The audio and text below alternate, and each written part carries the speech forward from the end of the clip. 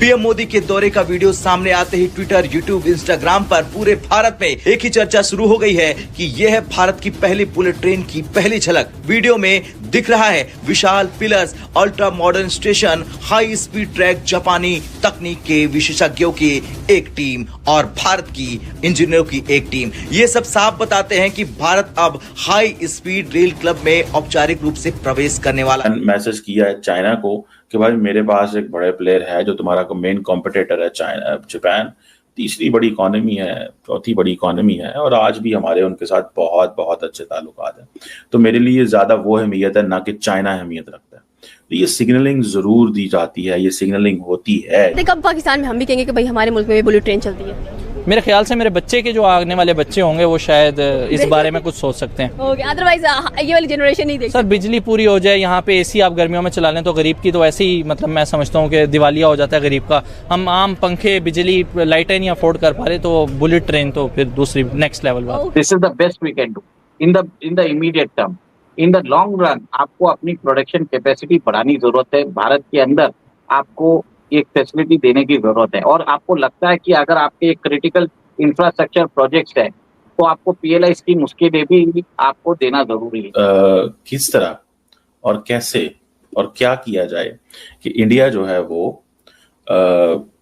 अपने ताल्लुकात को बैलेंस कर सके, ठीक है जी। और इंडिया जो है, इंडिया ने अपनी जो नेचुरल हेरिटेज है, फॉर एग्जांपल जो नेचुरल जो वो जैसे कहते हैं ना, जैसे जानवर हो या नेचर हो, उनके जरिए भी ताल्लुकात जापान के साथ रखे। सो इंडिया ने मल्टीपल लेवल पे रिलेशंस जापान के साथ इस्टेब्लिश किए, लेकिन सबसे जो इम्पोर्टेंट रिलेशनशिप थी वो अटल बिहारी वाजपेयी ने, ठीक है, इस्टेब्लिश की, जिसमें उन्होंने कहा कि जी 2020 when it was 2000 strategic and global partnership, फिर मनमोहन सिंह ने 2006 में की, देन मोदी साहब आए 2014 में, तो तब जो है वो special strategic and global partnership आ गई। Special strategic and global partnership एक है, वाजपेयी साहब ने स्ट्रेटेजिक एंड ग्लोबल पार्टनरशिप की, उसके बाद ये सिलसिला जो है वो चलता रहा। सो इस चीज को ज़हन में रखें कि तीनों लीडर्स जो हैं उन्होंने इंपॉर्टेंट काम किया, वाजपेयी, मनमोहन सिंह एंड नरेंद्र मोदी, इन्होंने चीज़ों को उठाया। और कहा जाता है कि जब मोदी साहब जो थे गुजरात के चीफ मिनिस्टर थे 2012 में, तो उन्होंने जापान का दौरा भी उस वक्त किया था। सो मोदी साहब despite being head chief executive of the province, he was having this international exposure, China जाना, जापान जाना, इस तरह की दुनिया में जाना, ताकि ये बताना कि जनाब हम जो है वो मैं बड़ा फॉरवर्ड लुकिंग हूँ। और मेरा ख्याल है उस वक्त शायद उन्होंने अपनी दोस्तों, स्वागत है आपका हमारे चैनल जय भारत में। जैसा कि आप देख रहे हैं कि भाई पीएम नरेंद्र मोदी जी ने आज बुलेट ट्रेन का उद्घाटन कर दिया है, जो कि मुंबई से सूरत की ओर जाएगी। ये बुलेट ट्रेन से लोगों को बहुत ही राहत मिलने वाली है। तो आप लोग देखिए Pakistani reaction, Pakistani media reaction. मिलते हैं वीडियो के लास्ट में। हद तक आएगी, कैसे आएगी, क्या होगा, ये भी एक सवाल है।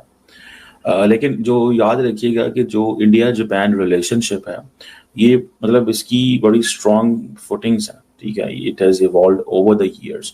अगर मैं आपको थोड़ा सा रन डाउन इसका दूँ, तो जो इंडिया और जापान जो है इन्होंने वर्ल्ड वॉर 2 के बाद ताल्लुक बढ़े 1952 में। इन्होंने फिर एग्रीमेंट्स वगैरह हुए, तब से 52 से अच्छे ताल्लुकात हैं। जापानीज को इंडिया इसलिए अच्छा लगता है बिकॉज वो वहाँ पे अच्छी इन्वेस्टमेंट है, मार्केट बड़ी है, कारोबार कर सकते हैं। लेकिन अगर आप हिस्ट्री देखें, ठीक है जी, जो जापानीज प्राइम मिनिस्टर थे, मैं पढ़ रहा था कि सिंस 1947 जो है, और जो क्राउन प्रिंस हैं वहाँ के, they have started visiting India, और सिग्नल दे इस चीज़ को कि भाई हम जापान को ज़्यादा अहमियत देते हैं एज कम्पेयर टू चाइना। अभी मैं जैसे बता रहा हूँ, टनल बोरिंग मशीन है जो भारत को चाहिए, क्योंकि मुंबई और अहमदाबाद के बीच में जो बुलेट ट्रेन बन रही है, उसका एक स्ट्रेच के अंदर 21 किलोमीटर का जो स्ट्रेच है वो हम समुद्र के रास्ते से लेके जाना चाहते हैं। नमस्कार दोस्तों, हिंदुस्तान तक की एक और वीडियो में आपका फिर से स्वागत है। दोस्तों एक बहुत बड़ी न्यूज़ निकल के सामने आ रही है। प्राइम मिनिस्टर नरेंद्र मोदी ने आज गुजरात के सूरत में under construction bullet train station का विजिट किया और Mumbai Ahmedabad high speed rail corridor की प्रोग्रेस का ग्राउंड इंस्पेक्शन किया। ये इंडिया का पहला बुलेट ट्रेन प्रोजेक्ट है जिसे मोदी गवर्नमेंट एक गेम चेंजर के रूप में देख रही है और आज पीएम मोदी ने खुद साइट पर जाके विजिट अपडेट लिया। सूरत स्टेशन पर पीएम मोदी ने इंजीनियर्स और वर्कर्स के साथ इंस्पेक्शन किया, जहां उन्होंने प्रोजेक्ट के स्पीड, डेडलाइंस और एग्जीक्यूशन स्टैंडर्ड्स पर डिटेल्ड रिव्यू लिया। वर्कर्स ने पीएम मोदी को बताया कि कंस्ट्रक्शन शेड्यूल के मुताबिक स्मूथली चल रहा है और मेजर चैलेंजेस को सक्सेसफुली टैकल किया जा रहा है। पीएम मोदी ने कहा कि जब देश के लिए कुछ नया करने की फीलिंग होती है तो वही जज्बा सबसे बड़ी मोटिवेशन बन जाता है। आज का ये विजिट एक क्लियर मैसेज देता है, bullet train project fast track पर है और गवर्नमेंट इसे 21st सेंचुरी के इंडिया का लैंडमार्क इंफ्रास्ट्रक्चर सिंबल बनाना चाहती है। इसकी प्रोग्रेस काफ़ी ज़्यादा तेज़ी से है और ये अब जल्द ही लॉन्च भी हो जाएगा क्योंकि काफ़ी तेज़ी से इस पर वर्क किया जा रहा है। और इसका सबसे धमाकेदार वीडियो सामने आ गया है, भारत की बुलेट ट्रेन का पहला वास्तविक वीडियो, जिसके साथ पीएम मोदी ने सूरत में निर्माणाधीन स्टेशन पहुंचकर पूरे कॉरिडोर की ग्राउंड रिपोर्ट खुद देखी और ये वीडियो अब सोशल मीडिया पर आग की तरह फैल चुका है। इंपॉर्टेंट चीज ये भी है कि इंडिया जापानीज इन्वेस्टमेंट लेके आना चाहता है भारत के अंदर।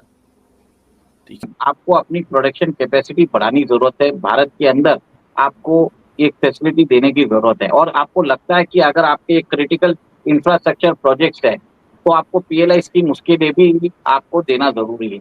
अभी मैं जैसे बता रहा हूँ, टनल बोरिंग मशीन है जो भारत को चाहिए, क्योंकि मुंबई और अहमदाबाद के बीच में जो बुलेट ट्रेन बन रही है उसका एक स्ट्रेच के अंदर 21 किलोमीटर का जो स्ट्रेच है वो हम समुद्र के रास्ते से लेके जाना चाहते हैं।